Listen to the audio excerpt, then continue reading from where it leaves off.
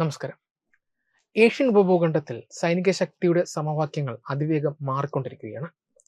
ബംഗ്ലാദേശ് വ്യോമസേന Eurofighter typhoon പോലെയുള്ള 4.5 തലമുറ യുദ്ധവിമാനങ്ങൾ സ്വന്തമാക്കുവാൻ സാധ്യതയുണ്ടെന്ന വാർത്തകൾ അന്താരാഷ്ട്ര മാധ്യമങ്ങളിൽ വലിയ ശ്രദ്ധ നേടുകയാണ്. UK, ജർമ്മനി, ഇറ്റലി, സ്പെയിൻ തുടങ്ങിയ യൂറോപ്യൻ രാജ്യങ്ങളുടെ സംയുക്ത സംരംഭത്തിൽ വികസിപ്പിച്ചെടുത്ത ഒരു അത്യാധുനിക മൾട്ടി റോൾ ജെറ്റ് യുദ്ധവിമാനമാണ് യൂറോഫൈറ്റർ ടൈഫൂൺ. പറക്കുന്നതിലെ മെയ്വഴക്കത്തിനും ആധുനിക സാങ്കേതിക വിദ്യകൾക്കും പേരുകേട്ട വിമാനം കൂടിയാണിത്. ഭാരതം ഇക്കാര്യത്തിൽ ആശങ്കപ്പെടാനുണ്ടോ എന്നതാണ് ഉയർന്നു വരുന്ന ഒരു ചോദ്യം. ഇല്ല എന്ന് തന്നെയാണ് ഇതിന്റെ ഉത്തരം. ഇന്ത്യ കഴിഞ്ഞ ഒരു ദശാബ്ദമായി രഹസ്യമായി ഒരു വ്യോമ പ്രതിരോധ ഭിത്തി നിർമ്മിച്ചുകൊണ്ടിരിക്കുകയായിരുന്നു എന്നതാണ് സൈനികമായ യാഥാർത്ഥ്യം. യൂറോഫൈറ്റർ ടൈഫൂണിനെ പോലെ ലോകോത്തരമായ ഒരു യുദ്ധവിമാനത്തിന്റെ ഭീഷണികളെ പോലും അതിജീവിക്കുവാനും നിർവീര്യമാക്കാനും ലക്ഷ്യമിട്ടിട്ടുള്ളതാണ് ഇന്ത്യയുടെ ഈ പ്രതിരോധ തന്ത്രങ്ങൾ. ബംഗ്ലാദേശിന്റെ പുതിയ സൈനിക നീക്കങ്ങൾ അതിർത്തിക്കപ്പുറം എത്രത്തോളം വെല്ലുവിളിയാകുമെന്ന ചോദ്യത്തിന് അതിനെ തടയുവാൻ ശേഷിയുള്ള ബഹുതല പ്രതിരോധ സംവിധാനങ്ങളാണ് ഇന്ത്യ തയ്യാറാക്കിയിരിക്കുന്നത്.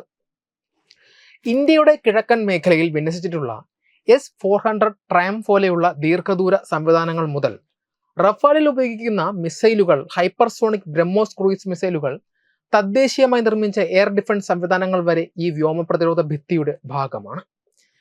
ഈ അത്യാധുനിക പ്രതിരോധ സംവിധാനങ്ങൾ എങ്ങനെയായിരിക്കും ബംഗ്ലാദേശ് വ്യോമസേനയുടെ ടൈഫൂൺ വിമാനങ്ങളുടെ പ്രവർത്തനത്തെയും അതിന്റെ ആകാശത്തിലെ അതിജീവന ശേഷിയും തകർക്കുന്നത്? ബംഗ്ലാദേശ് വ്യോമസേനയുടെ ടൈഫൂൺ വിമാനങ്ങൾക്ക് പറന്നുയരുവാൻ പോലും സാധിക്കാത്ത സ്ഥിതിവിശേഷം സൃഷ്ടിക്കുവാൻ ശേഷിയുള്ള പ്രാഥമിക പ്രതിരോധ സംവിധാനമാണ് S-400 ട്രയംഫ്. ഇന്ത്യയുടെ കിഴക്കൻ മേഖലയിൽ വിന്യസിച്ചിട്ടുള്ള ഈ സംവിധാനത്തിന്റെ 91N6E റഡാറിന് 600 കിലോമീറ്റർ ദൂരെയുള്ള ലക്ഷ്യങ്ങളെ പോലും ബംഗ്ലാദേശിന്റെ ആകാശത്തിനകത്ത് നിന്ന് ട്രാക്ക് ചെയ്യുവാൻ സാധിക്കും. ഇതിലെ 14N6 മിസൈലിന്റെ പ്രഹരശേഷി 400 കിലോമീറ്റർ ആണ്. അതായത് ധാക്കിലെ കുർമിറ്റോള എയർബേസിൽ നിന്ന് ഒരു ടൈഫൂൺ പൈലറ്റ് വിമാനവുമായി പറന്നു വരുന്ന നിമിഷം മുതൽ തന്നെ അവർ സാങ്കേതികമായി ഇന്ത്യയുടെ കിൽ സോണിന് അകത്തായിരിക്കും. അതിജീവിക്കുവാൻ വേണ്ടി അവർക്ക് അപകടകരമാം വിധം താഴ്ന്നു പറക്കുവാൻ നിർബന്ധിതരാവുകയും അതുവഴി അവരുടെ ദൗത്യ ലക്ഷ്യങ്ങൾ പൂർണ്ണമായി തകർക്കപ്പെടുകയും ചെയ്യും. ഇന്ത്യൻ വ്യോമസേനയുടെ റഫാൽ യുദ്ധവിമാനങ്ങൾക്ക് നിർണായകമായ മേൽക്കൈ നൽകുന്നത് MBDA മിറ്റിയോർ മിസൈലാണ്. റാംജെറ്റ് എഞ്ചിൻ ഉപയോഗിക്കുന്ന ഈ മിസൈൽ ലക്ഷ്യത്തിലെത്തുന്നത് വരെ മാക് 4 വേഗത നിലനിർത്തും.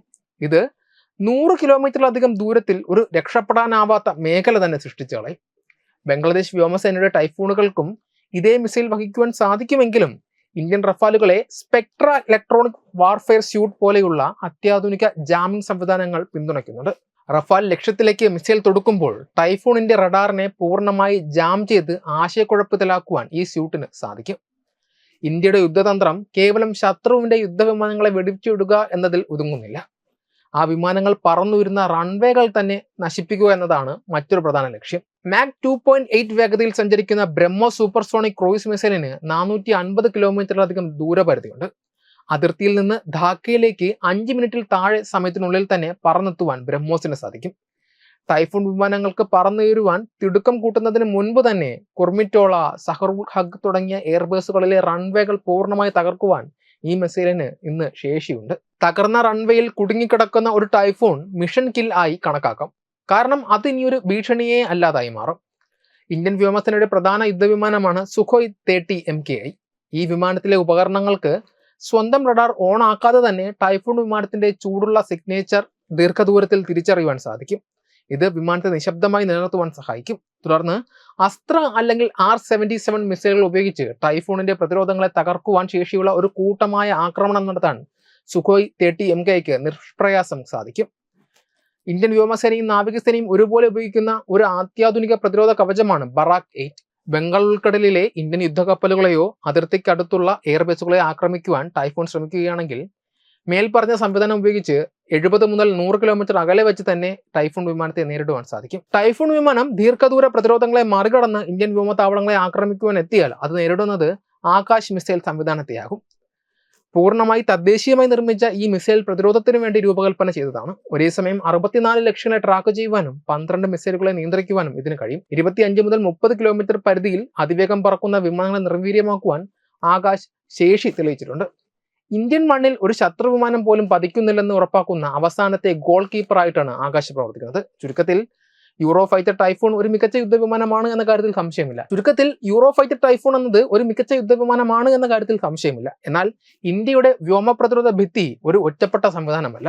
അത് S-400 പോലുള്ള ദീർഘദൂര കില്ലറുകൾ, റഫാൽ മെറ്റിയോർ കൂട്ടുകെട്ട് പോലെയുള്ള മധ്യദൂര വേട്ടക്കാർ, ബ്രഹ്മോസ് പോലെയുള്ള സർവ്വനാശകാരികൾ, കൂടാതെ ആകാശ് പോലെയുള്ള അവസാന വരി പ്രതിരോധങ്ങൾ എന്നിവയുടെ ഒരു വലയാണ്. ഈ പ്രതിരോധ വല ടൈഫൂൺ വിമാനങ്ങളെ ആകാശത്ത് വെച്ച് തന്നെ തകർക്കുകയോ റൺവേയിൽ വെച്ച് പ്രവർത്തനരഹിതമാക്കുകയോ അല്ലെങ്കിൽ അപകടകരമായ ദൗത്യങ്ങൾ ചെയ്യുവാൻ നിർബന്ധിതരാക്കുകയോ ചെയ്യും. ഈ ബഹുതല പ്രതിരോധ തന്ത്രം ഏത് 4.5 തലമുറ ഭീഷണികളെയും നേരിടാൻ ഇന്ത്യൻ വ്യോമസേനയെ സജ്ജമാക്കുന്നു. ഇത് കേവലം ആയുധങ്ങളുടെ മേൽക്കോയ്മയല്ല, മറിച്ച് തന്ത്രപരമായ ആസൂത്രണത്തിന്റെ, തദ്ദേശീയമായ പ്രതിരോധ ഗവേഷണത്തിന്റെയും വിജയമാണ്. വെബ് ഡെസ്ക് തത്വമൈ ന്യൂസ്.